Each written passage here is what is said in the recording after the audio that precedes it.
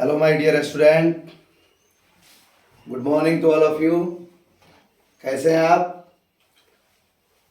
मैं आशा करता हूं कि आप बहुत अच्छे होंगे, बहुत मस्त होंगे। आइए आप लोगों की सेवा में मैं अपना अगला वीडियो बिहार बोर्ड 10वीं कक्षा की संस्कृत ट्यूशन भाग 2 से लेकर आया हूं। और इस पार्ट में जो मेरा सेकंड वीडियो है, आज हम लोग मंगलम पाठ के में दिए गए जो भी श्लोक वगैरह हैं, इस पाठ का जो परिचय है, हम लोग शब्दार्थ के साथ इसको आज क्लियर करेंगे। आप अंत तक इस वीडियो के साथ बने रहिएगा। यह वीडियो बहुत ही आसान होने वाली है और जो विद्यार्थी अपने आप को ये महसूस करते हैं कि मुझे संस्कृत पढ़ना नहीं आती है, मुझे संस्कृत का उच्चारण करना नहीं आती है, हम इसको पढ़ नहीं पाते हैं, तो आज यह वीडियो आप लोगों के लिए बहुत ही आसान होने वाली है। अतः आप सभी विद्यार्थी ध्यान से इसे नोट कर सकते हैं, पढ़ सकते हैं। वीडियो को 1 से 2 बार देखकर यह पूरा अध्याय जो है आप कंप्लीट कर सकते हैं। और ये मुझे पूरा विश्वास है कि इस लेसन के खत्म होने के बाद इससे संबंधित जो भी प्रश्न पूछे जाएंगे, इस अध्याय से संबंधित जो भी प्रश्न पूछे जाएंगे, आपसे एक भी प्रश्न छूटने वाला नहीं है। आप इस अध्याय का संपूर्ण प्रश्न और उत्तर इस अध्याय के पढ़ने के बाद आप अपने आप सॉल्व कर सकते हैं। अतः आइए, आपका बहुत कम समय लेते हुए हम पाठ शुरू करते हैं। तो जैसे कि कल ही हम आपके इस पाठ का परिचय, इस पाठ की कुछ मुख्य बातें आप लोगों के सामने रखा था। जैसे कि मंगलम शब्द का अर्थ हमने कल ही आपको बताया था कि मंगलम का अर्थ ही होता है सब कुछ ठीक ठाक, अर्थात कल्याणकारी, हितकारी, कल्याणकारी अथवा हितकारी। आइए, यदि आप कुछ शब्द रूपों का ज्ञान यदि रखे होंगे तो मुझे आशा नहीं पूर्ण विश्वास है कि यह पाठ और इससे संबंधित जो भी श्लोक है आपको 100% बहुत आसानी से समझ आ जाएगा। यदि नहीं भी आपको कोई शब्द रूप याद है तो मेरी बातों पर ध्यान दीजिए। आपको एकदम आसानी से हम कोशिश करते हैं कि बहुत ही आसान भाषा में आसानी से आप समझ सकें, इसके अर्थ को सही सही आप निकाल सकें। जैसे कुछ बिंदुओं पर उसके पहले मैं चर्चा करना चाहता हूं। हेलो छात्रों, घबराने की कोई बात नहीं है, डरने की कोई बात नहीं है। कुछ मुख्य बिंदुओं पर आपका ध्यान केंद्रित करना चाहता हूं। जैसे यदि आपको शब्द रूप कोई याद ना हो तो यदि जिस शब्द के लास्ट में आपको से जुड़ा दिखाई दे, से जुड़ा दिखाई दे, तो समझ लेना कि उस शब्द का उच्चारण करने के बाद आपको इस शब्द के उच्चारण करने के बाद आपको चिन्ह के रूप में का, के अथवा की लगाना ही है। इन तीनों चिन्हों में से जिससे वाक्य जो है सुटेबल हो, इसमें से किसी एक का प्रयोग आपको निश्चित रूप से करना है। जहां भी दिख जाए, जिस शब्द के साथ दिख जाए, जिस शब्द के अंत में यदि एकले का मात्रा दिख जाए, यदि आपको संस्कृत बिल्कुल आती ही नहीं है, कोई शब्द रूप आपको याद ही नहीं है, तो मेरी कुछ बातों पर ध्यान दें। जिस शब्द के लास्ट में आपको एकले की मात्रा दिख जाए, उसका हिंदी उच्चारण करने के बाद, उस शब्द का अर्थ बोलने के बाद आपको लास्ट में अथवा पर लगाना है। बाकी आइए, जो हमारे मंगलम पाठ में कवि ने जो मंगलम पाठ का जो परिचय दिया है उसका हम अध्ययन करते हैं। उपनिषदः वैदिक वाङ्मयस्य, अर्थात उपनिषद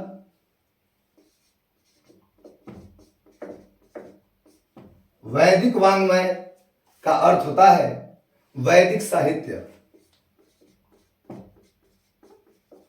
वैदिक साहित्य, कोई बात नहीं है छात्रों, यदि आपको यह हिंदी निकालना, इसका वर्ड मीनिंग आपको याद नहीं है तो कोई टेंशन लेने की बात नहीं है और न घबराने की बात है। हमने आपसे अभी बताया था कि आपको लास्ट में स्य दिख जाए तो उसका हिंदी आपको का, के, नहीं तो की के रूप में व्यक्त करना है। यदि आपको इसका वर्ड मीनिंग याद नहीं है, जानकारी नहीं है कि वैदिक वाङ्मय का मतलब क्या होता है, कोई बात नहीं है, टेंशन मत लीजिए, डरने की कोई बात नहीं है। वैदिक वाङ्मय जो शब्द है इसका उच्चारण आप वैदिक वाङ्मय के भी रूप में कर सकते हैं, लेकिन इसके लास्ट में देखिए क्या जुटा है छात्रों, से जुटा है। से का माने हमने क्या बोला है, का बोलना, नहीं तो के बोलना, नहीं तो की बोलना। तो उपनिषद वैदिक वाङ्मय के, नहीं तो आपको इसका वर्ड मीनिंग आता है तो आप ऐसे बोल सकते हैं वैदिक साहित्य, से जुटा है तो के, अर्थात उपनिषद वैदिक वाङ्मय के या वैदिक साहित्य के अंतिम भागे। आपको बताए हैं कि जिस शब्द के लास्ट में आपको एकले दिखे उसका हिंदी उच्चारण करने पर वर्ड मीनिंग आता है तो उसका हिंदी उच्चारण करके बगल में आपको में का मात्रा लगाना है।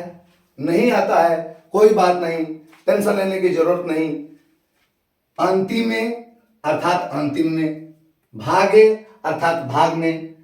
जब एक ही विभक्ति का दो शब्द एक साथ आएगा तो जो ये चिन्ह लगाया जाएगा वह दूसरे विभक्ति के दूसरे शब्द के बाद लगाया जाएगा। जैसे मान लो अंतिम में लिखा है तो इसका हम अर्थ ऐसे भी बोल सकते हैं अंतिम में, भागे, भाग में। मगर थोड़ा सा यह देखने में अच्छा नहीं फील होगा, अच्छा महसूस नहीं होगा, अच्छा नहीं लगेगा। इसलिए जब एक ही विभक्ति के दो शब्द एक साथ हों तो ये जो चिन्ह हम लोग में का प्रयोग करेंगे वह दूसरे शब्द के बाद करेंगे। अतः उपनिषदः वैदिक वाङ्मयस्य अंतिमे भागे दर्शन शास्त्रस्य, देखो फिर मिल गया, ये चाइनीज है, मार देना है इसे, बम से छोड़ना नहीं है भाई। से दिख गया ना, तो इसके लास्ट में हम लोग को क्या लगाना है, का, के अथवा की का प्रयोग करना है। अर्थात दर्शन शास्त्र के, दर्शन शास्त्र के, दर्शन शास्त्र के सिद्धांतान, यानी बालक शब्द का द्वितीय विभक्ति का बहुवचन है, सिद्धांतों को, सिद्धांतों को। परकटयंती का अर्थ होता है बाबू प्रकट करते हैं अथवा बतलाते हैं, प्रकट करते हैं और चाहे बतलाते हैं। तो आइए पूरा वाक्य को पढ़कर इसका हिंदी उच्चारण करते हैं। उपनिषदः वैदिक वाङ्मयस्य अंतिमे भागे दर्शन शास्त्रस्य सिद्धांतान प्रकटयन्ति। अर्थात देखो सबका वर्ड, सब वर्डों का जो हिंदी है, जो अर्थ है, हमने आपके सामने लिख दिया है। उपनिषद वैदिक साहित्य के अंतिम भाग में, आपको यहां मैंने बताया, ध्यान रखिएगा, जब दो विभक्ति, एक ही विभक्ति के दो शब्द जब लगातार आ जाएंगे तो विभक्ति जो चिन्ह लगाएंगे लास्ट वाला शब्द के साथ लगाएंगे। उपनिषद वैदिक साहित्य के अंतिम भाग में दर्शन शास्त्र के सिद्धांतों को प्रकट करते हैं या बतलाते हैं। तो छात्रों, यह पहला वाक्य जो है आप लोग को मुझे आशा है कि पूर्ण रूप से आपको एकदम क्लियर समझ आ गया होगा। उपनिषद वैदिक वाङ्मय के अंतिम भाग में दर्शन शास्त्र के सिद्धांतों को बतलाते हैं। सर्वत्र, सर्वत्र माने होता है सभी जगह, सभी जगह। परम पुरुषस्य, परम पुरुष की, श्रेष्ठ पुरुष की, यानी परम पुरुष कौन है, श्रेष्ठ कौन है? तो इस संसार में ईश्वर ही न श्रेष्ठ है, जो सबको बनाया है, यानी जो सारी आत्माओं का जो पिता है वह श्रेष्ठ पुरुष है, अर्थात ईश्वर ही संसार में श्रेष्ठ है। तो सभी जगह परम पुरुषस्य यानी परम पुरुष की, ईश्वर की, परमात्मना यानी परम पुरुष परमात्मा महिमा प्रधानतया गीयते। प्रधानतया का अर्थ होता है बाबू मुख्य रूप से, मुख्य रूप से। गीयते का अर्थ होता है गाई जाती है, गाई जाती है। गीते का अर्थ होता है गाई जाती है, अर्थात सभी जगह परम पुरुष परमात्मा की महिमा मुख्य रूप से गाई जाती है।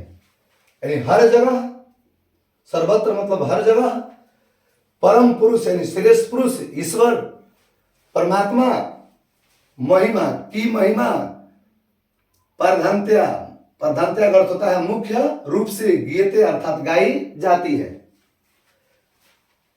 तेन का अर्थ होता है बाबू उससे।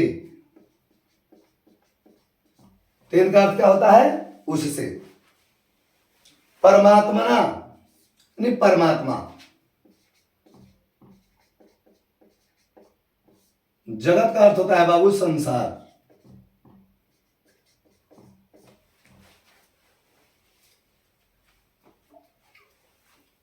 तेन परमात्मना जगत व्याप्तम अनुशासितम चास्ति।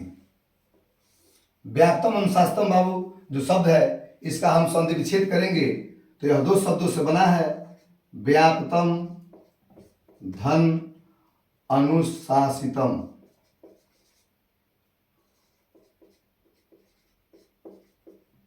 व्याप्तम धन अनुशासितम। उसी प्रकार आपका च जो शब्द है यह दो शब्दों के जोग से बना है, च धन अस्ति, तब बनता है चास्ति। च का माने होता है और, अस्ति माने है। व्याप्तम मतलब फैला, अनुशासितम माने अनुशासित।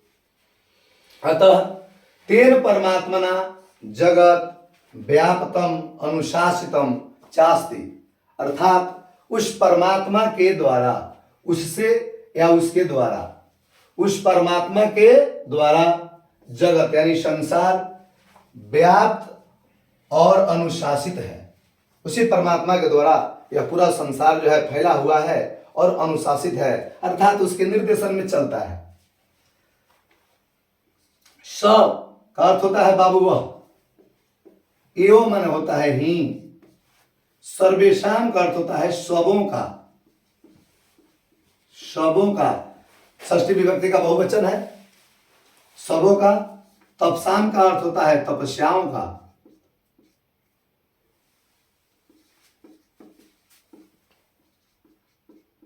तपस्याओं का। परम लक्ष्यम वह ही सबों के तपस्याओं का परम लक्ष्य है, वह ही सबों के तपस्याओं का परम लक्ष्य है। अर्थात संसार में कोई भी व्यक्ति छात्रों पूजा पाठ करते हैं, ईश्वर का गुणगान करते हैं, सबका एक ही लक्ष्य है, ईश्वर की प्राप्ति। हिंदू मुस्लिम सिख ईसाई कोई हो छात्रों, हर किसी के तपस्या का एक ही लक्ष्य है, ईश्वर को प्राप्त करना।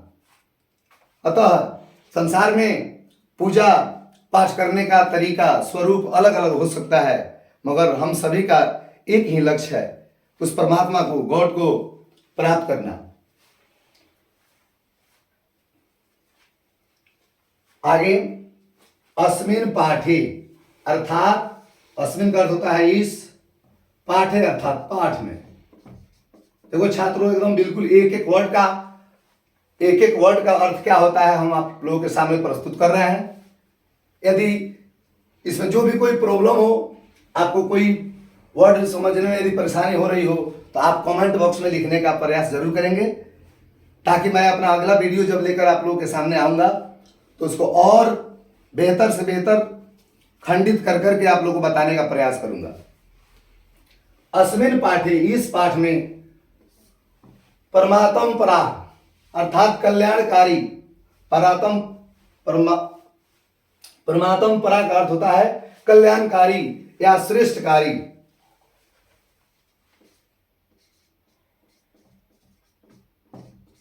कल्याणकारी भी बोल सकते हो, श्रेष्ठकारी भी बोल सकते हो। उपनिषदाम, षष्ठी विभक्ति का बहुवचन का शब्द है, तो इसका अर्थ होगा बाबू उपनिषदों का, उपनिषदों के,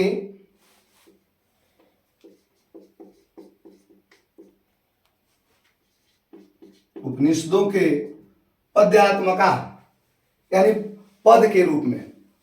पद और गद क्या होता है, कल हमने आपको संक्षेप में बताया था। इन पद वह होता है जिसमें कविता, श्लोक, छंद, दोहा इत्यादि को शामिल किया जाता है। वहीं कथा, कहानियां जो होती है उसको हम लोग गद रूप बोलते हैं।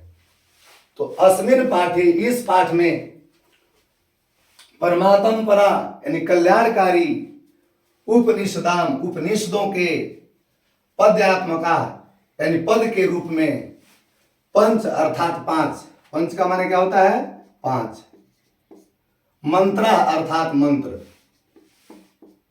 संकलिता मतलब संकलित,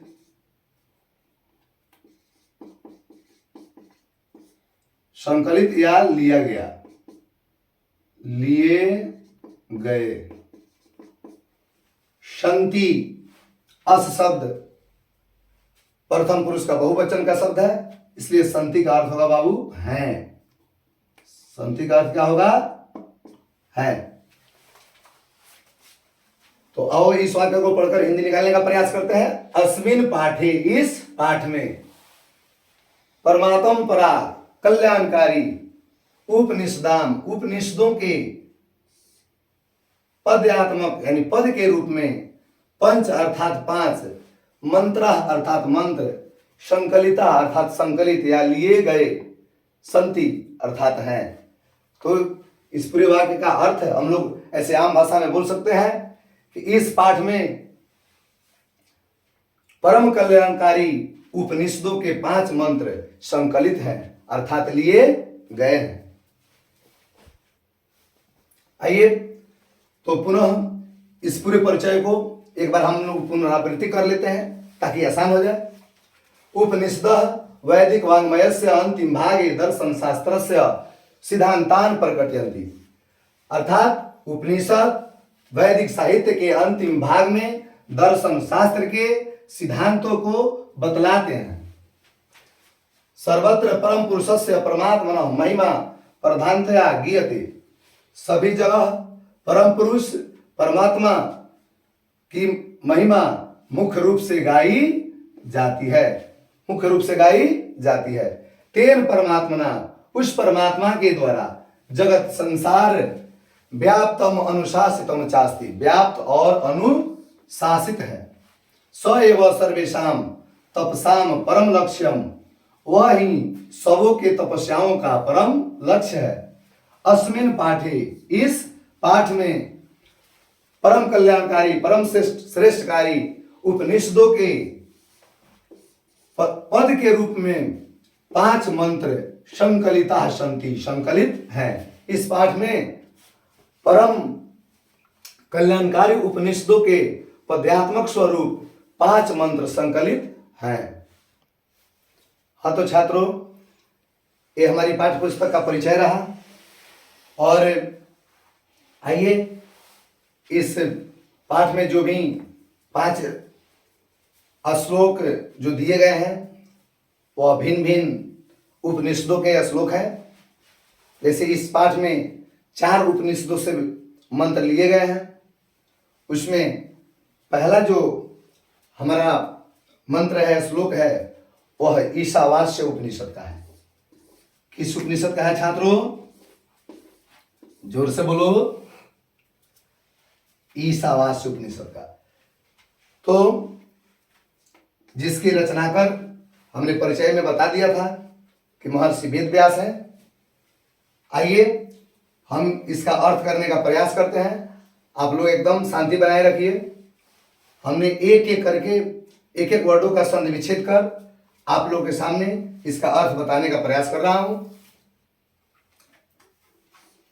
हिरणमयेन पात्रेण सतस्यापि हितं मुखम तत्वम पुष्णापावृणु सत्य धर्माय दृष्टये। अर्थात हिरणमयेन का अर्थ होता है बाबू सोने जैसा, सोने जैसा। पात्रेण का अर्थ होता है बाबू पात्र से या आवरण से, चाहे कहो इसको ढक्कन से, ढक्कन से। सतस्यापि हितम जो शब्द है बाबू, यह 2 शब्दों के संयोग से बना है। सतस्य धन अपि हितम।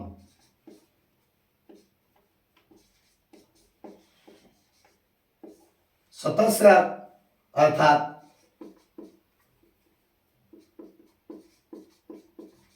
सत्य का, अपिहितम का अर्थ होता है बाबू ढका हुआ। और मुखम का अर्थ होता है मुंह। तो तुम जो शब्द है बाबू, ये भी 2 शब्दों के योग से बना है। तत् धन त्वम। तत् धन त्वम। तत् माने उस, त्वम माने तुम।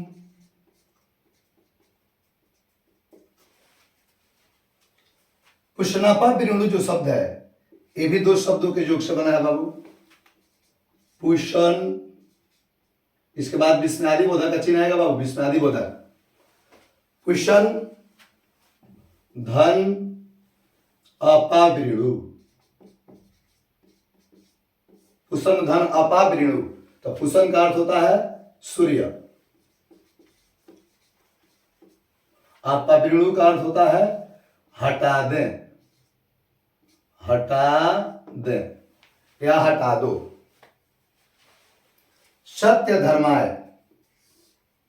सत्य धर्माय का अर्थ होता है बाबू चतुर्थी विभक्ति का एक वचन है, इसलिए इसका अर्थ होगा सत्य और धर्म के लिए।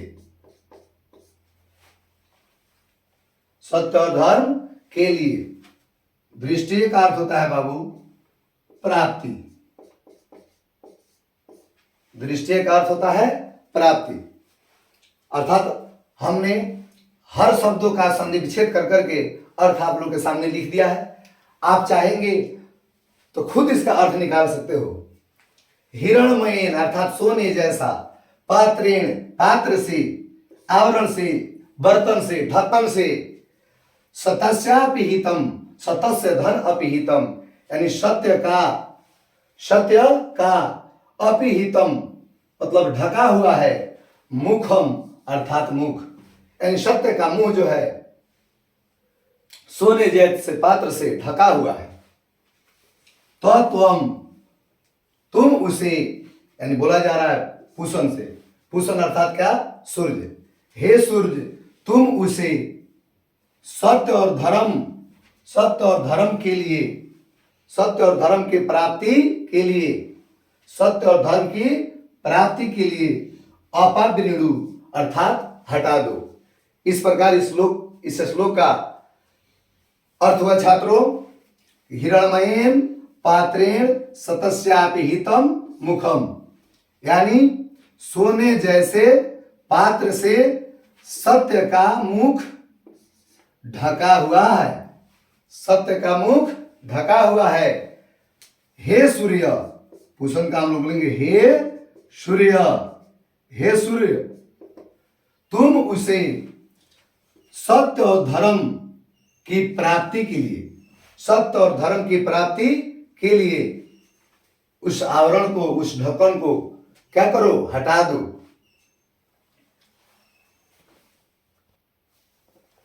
आइए छात्रों, जो इस पाठ का हमारा द्वितीय श्लोक है वह कठ उपनिषद का है, और जिसे हमने एक एक खंड तोड़ तोड़ कर आप लोग का इसका अर्थ बताने का प्रयास किया है। अड़ोरडियान महतो महियान आत्मस्य जंतो एर्तो गुहायाम तम क्रतु पश्यति वेद शोको धातु प्रसाद महिमान आत्मन। यानी सभी शब्दों का हमने संधि विच्छेद करके अर्थ बताने का प्रयास किया है। अड़ोरडियान दो शब्दों के मेल से बना है बाबू। अड़ो धन अड़ियान, अर्थात अड़ो का अर्थ होता है अणु से अथवा छोटा से अथवा सूक्ष्म से, अणु से अथवा छोटा से अथवा सूक्ष्म से। अड़ियान का अर्थ होता है छोटा या सूक्ष्म, छोटा अथवा सूक्ष्म। महत्व का अर्थ होता है बड़ा से, चाहे कहो विशाल से या महान से। महिमान का अर्थ होता है बड़ा, विशाल या महान। आत्मस्य दो शब्दों के योग से बना है, आत्मा धन अस्य, यानी आत्मा का अर्थ आत्मा, आत्मा आप लोग समझ में करते हो। अस्य मतलब इस, चाहे कहो यह। जंतो, जंतोर निहितो, यह जो शब्द है यह दो शब्दों के योग से भी बना है, जिसका संधि विच्छेद करने पर दो शब्द निकलता है जंतो, जंतो धन निहित।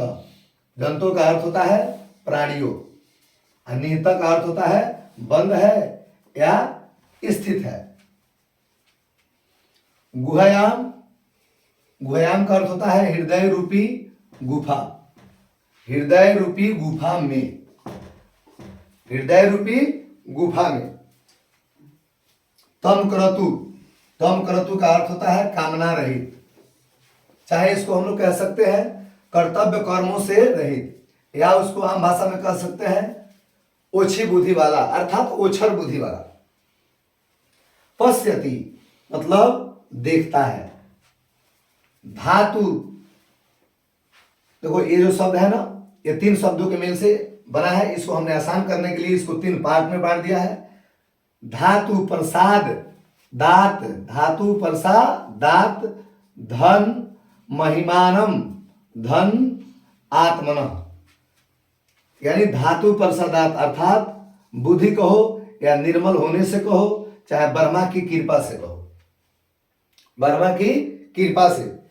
आत्मन मतलब आत्मा, महिमान नम का अर्थ होता है महिमा को, महिमानम का अर्थ क्या होता है, महिमा को। तो छात्रों आइए इसका हम लोग एक साथ अर्थ कर निकालने का प्रयास करते हैं। अड़ोरडियान महतो महियान, अड़ोरडियान महतो महियान, यानी अणु से भी छोटा, अणु से भी छोटा और बड़ा से बड़ा, यानी महान से महान, अणु से भी छोटा और महान से भी महान। आत्मस्य, इस आत्मा का, इस आत्मा का। जंतु मतलब प्राणियों की, जंतु मतलब क्या होता है, प्राणियों के, जंतु का अर्थ होता है क्या, प्राणियों के। निहितो मतलब बंद है। गुहायाम का अर्थ होता है हृदय रूपी गुफा में, अर्थात अणु से भी छोटा, अणु से भी छोटा और महान से भी महान। यह आत्मा प्राणियों के हृदय रूपी गुफा में, हृदय रूपी गुफा में निहित है, निहित है अर्थात बंद है। यानी यह आत्मा प्राणियों के हृदय रूपी गुफा में निहित है यानी बंद है। यानी अणु से भी छोटा और महान से भी महान प्राणियों के हृदय रूपी गुफा में यह आत्मा बंद है। तम क्रतु कामना रहित या कर्तव्य कर्मों से हीन व्यक्ति पश्यति देखता है, वित्त शोको शोक रहित होकर ब्रह्मा की कृपा से, ब्रह्मा की कृपा से आत्मा की महिमा को, अर्थात हम लोग इसको ऐसे बोलेंगे, ब्रह्मा की कृपा से आत्मा की महिमा को शोक रहित होकर देखता है। तो इसका एक साथ हम लोग जब अर्थ करेंगे छात्रों, तो इसका अर्थ होगा कि अणु से भी छोटा और महान से भी महान, अणु से भी छोटा और महान से भी महान प्राणियों के हृदय रूपी गुफा में, प्राणियों के हृदय रूपी गुफा में यह आत्मा बंद है। कर्तव्य कर्मों से हीन पुरुष, कर्तव्य कर्मों से हीन पुरुष ब्रह्मा की कृपा से, ब्रह्मा की कृपा से आत्मा की महिमा को, आत्मा की महिमा को शोक रहित होकर, शोक रहित होकर देखता है। अर्थात छात्रों, इसका हम लोग आम शब्दों में जब अर्थ कहना चाहे तो इसका अर्थ होगा कि प्राणियों के हृदय रूपी गुफा में छोटा से छोटा और महान से भी महान यह आत्मा बंद है। कर्तव्य कर्मों से हीन व्यक्ति धातु की इच्छा से अर्थात ब्रह्मा की कृपा से आत्मा की महिमा को देख शोक रहित होकर देखता है। तो छात्रों, इस द्वितीय श्लोक के साथ मैं आज का वीडियो यहीं खत्म करता हूं और इसका अगला जो 3 श्लोक है मैं अगले वीडियो को के साथ आपको लेकर आऊंगा। अतः यदि मेरी वीडियो या आपको पसंद आई हो तो प्लीज़ इसके लिए आप एक लाइक जरूर करें, शेयर जरूर करें और सब्सक्राइब भी जरूर करें, ताकि मैं अगला वीडियो जब भी आपके सामने लेकर आऊं तो आप पहली इस वीडियो को देख पाए। और एक आपको आवश्यक सूचना देना चाहता हूं छात्रों कि मैं शिव शंकर सर माँ कोचिंग सेंटर पूजा वर्ष 2023-24 के लिए नया बैच का शुभारंभ 15 दिसंबर से करने जा रहा हूं। अतः आप सभी हमारे संस्थान से जुड़ना चाहते हैं, ऑफलाइन क्लास के लिए जुड़ना चाहते हैं तो आकर संपर्क करें। आप सभी का वेलकम है। Thank you. जय हिंद।